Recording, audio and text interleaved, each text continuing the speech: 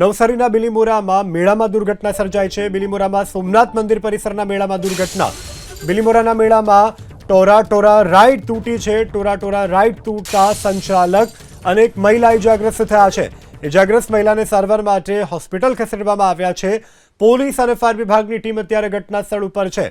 હાલ જો તરફ મેળાની સિઝન જામી છે ત્યારે નવસારીમાં પણ બિલીમોરા જે છે ત્યાં આયોજન કરવામાં આવ્યું હતું મેળામાં દુર્ઘટના થઈ છે। બિલીમોરા સોમનાથ મંદિર પરિસર મેળામાં દુર્ઘટના થઈ છે।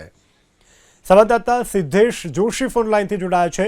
સિદ્ધેશ, આ દુર્ઘટનાને લઈ શું વધુ વિગત, કેવી રીતે સમગ્ર દુર્ઘટના સર્જાય, હાલ કેવા પ્રકારની તપાસ, કેવા પ્રકારની કાર્યવાહી, ઇજાગ્રસ્તોની શું સ્થિતિ? જે બિલીમોરા સોમનાથ મંદિર જે દક્ષિણ ગુજરાતનું મિની સોમનાથ તરીકે જાણીતું છે અને શ્રાવણ મહિનાના છેલ્લા સોમવાર અને શ્રાવણ મહિના નિમિત્તે ત્યાં મેળાનું આયોજન થતું હોય છે।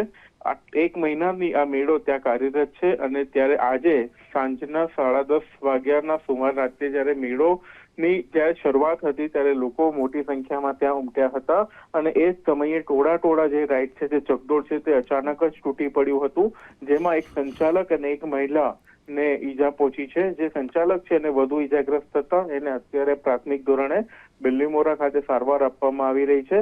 ત્યારબાદ એને સુરત લઈ જવાની માહિતી પણ મળી રહી છે। સમગ્ર મામલાને લઈને કોની લાપરવાહી છે અને કેવી રીતે દુર્ઘટના ઘટી એ અંગે બિલીમોરા પોલીસ જે છે તપાસ ચલાવી રહી છે।